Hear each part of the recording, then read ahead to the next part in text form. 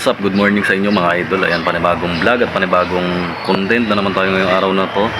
Ang ating video for today mga idol ay ipapakita ko sa inyo mga idol yung mga alagang panabong na manok dito sa maliit na farm. Dito lang yan sa amin. Yung mga hybrid at high class na mga lahi ng mga manok na alaga dito sa maliit na farm. Dito lang yan sa amin, sa small farm yan ni Chu mga idol. Ayan, good morning sa inyong lahat, shout out sa inyong lahat mga idol. Kakatapos lang nating magkape at mag-almusal ng tinapay. So ayan, mag-umpisa na tayo, samahan nyo ako mga idol. At ililibot ko kayo dito sa manukan at maliit na farm nga. Dito lang yan sa amin mga idol. Ipapakita ko sa inyo yung mga klase at tawag dito, pure breed at mga panabong na manok dito na alaga natin dito mga idol. Idol, andito tayo ngayon sa itong maliit na farm. Dito lang yan sa amin.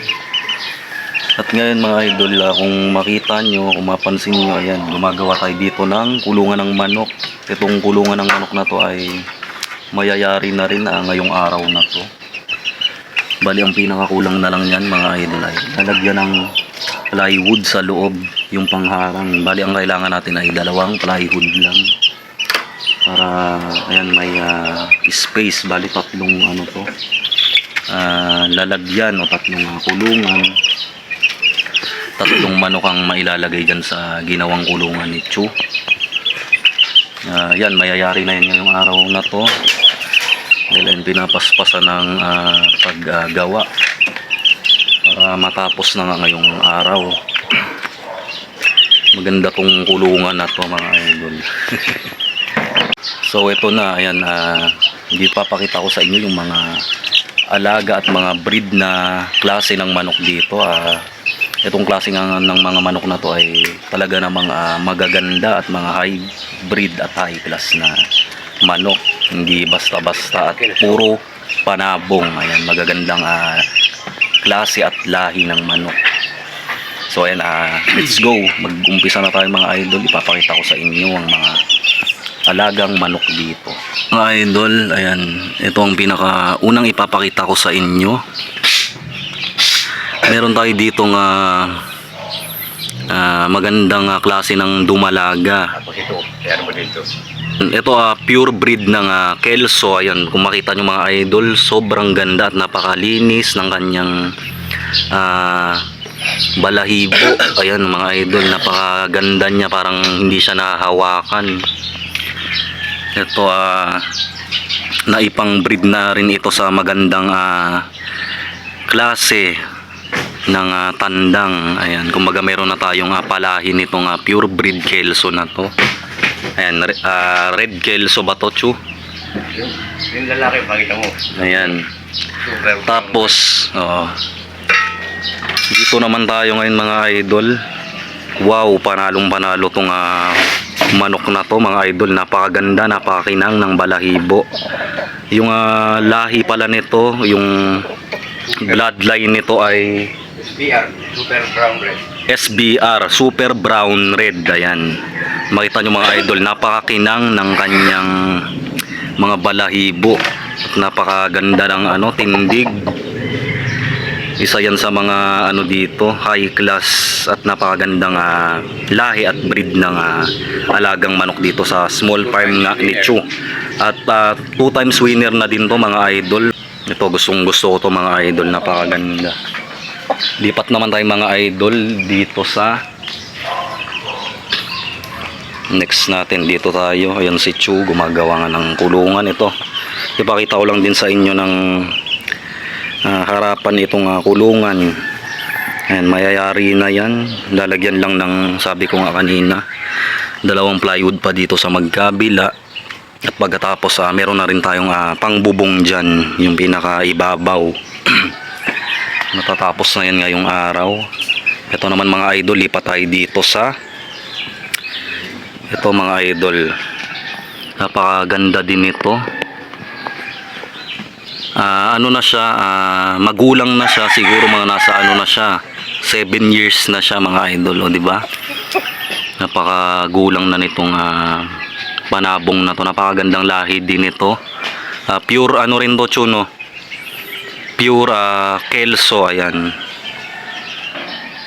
Napakaganda ng lahi nito. Kelso yan mga idol, pure blood line ng ano ng Kelso. Marami na tayong palahi diyan mga idol. Marami na tayong nakuhang palahi, marami nang naibenta, ayan.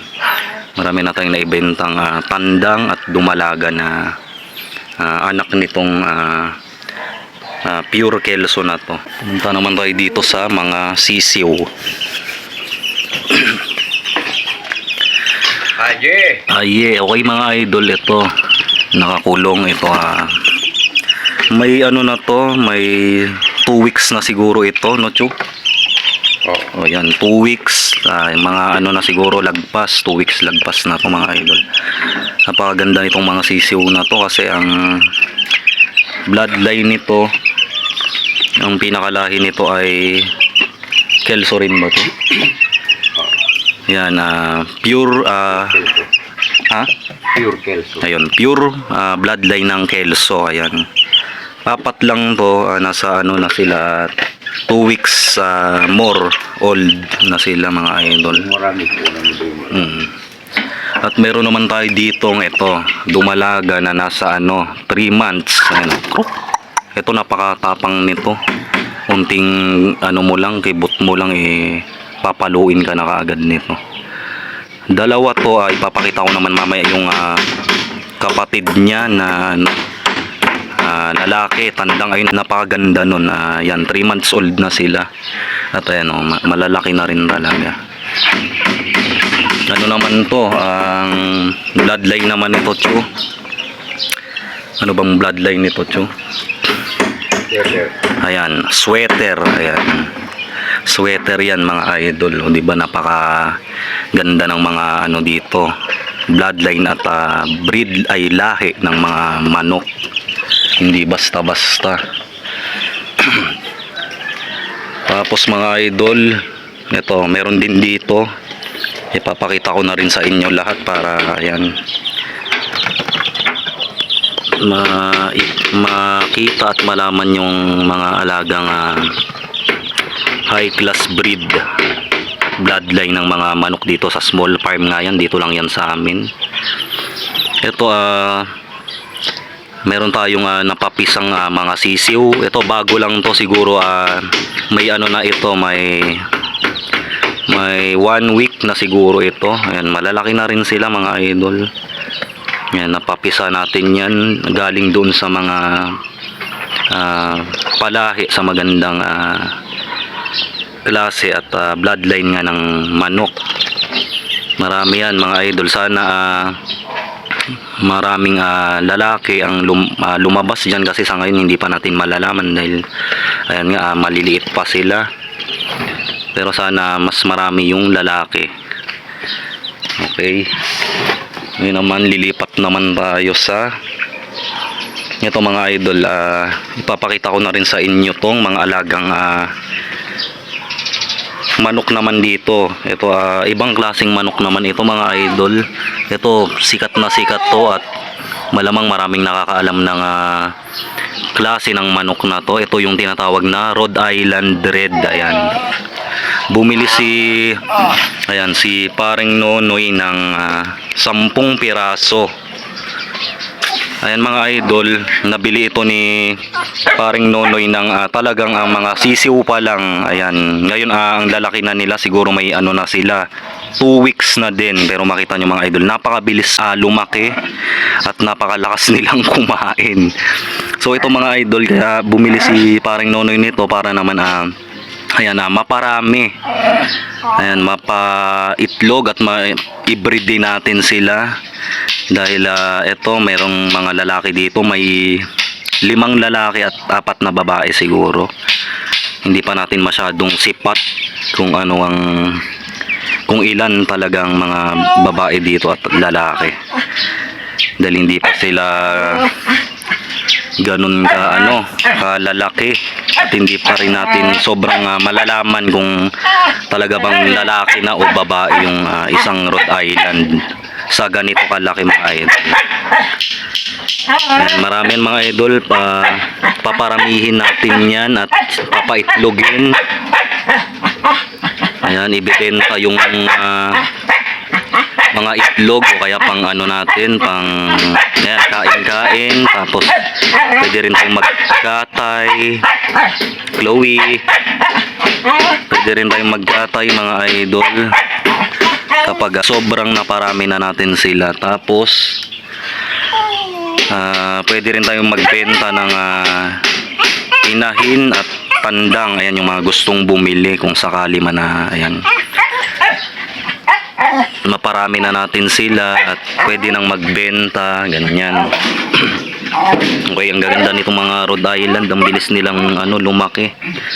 Ipapakita ko lang din sa inyo mga idol ang mga alagang manok natin dito. So marami ring alagang aso dito para maibantay tayo sa mga alaga nating manok.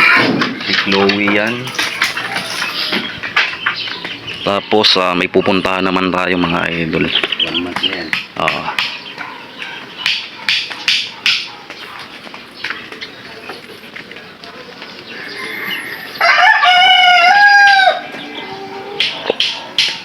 Okay, andito na tayo mga idol. Ngayon naman ipapakita ko sa inyo itong mga sisiw din dito.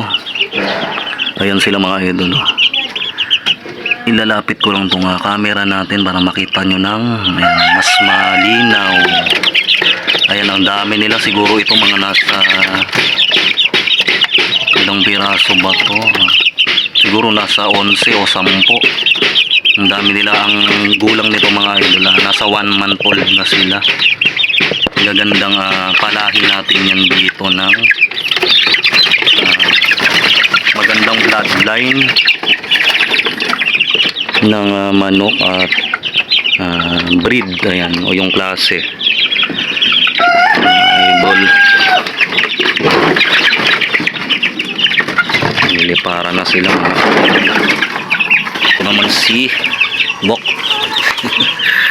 Ito si Bok-Bok, isa rin sa mga alagang aso natin dito para may bantay sa mga manok kasi yan, maraming magnanakaw dito sa amin ng mga manok, kaya kailangan may bantay tayo sa ating mga alaga.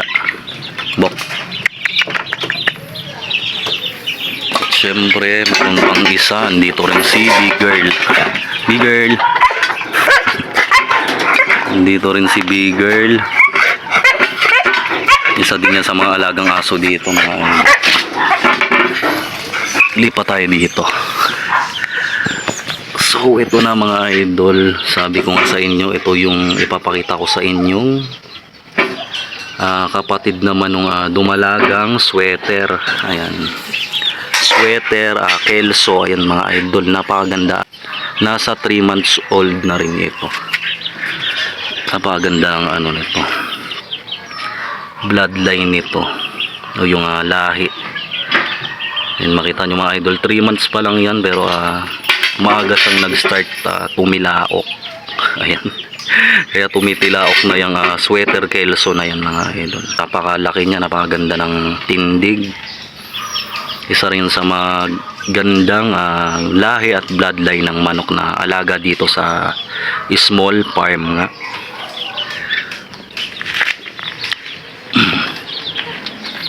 Nga pala mga idol, ito ililipat natin mamaya yan dito sa malaking kulungan. Ililipat na natin sila kasi malalaki na sila para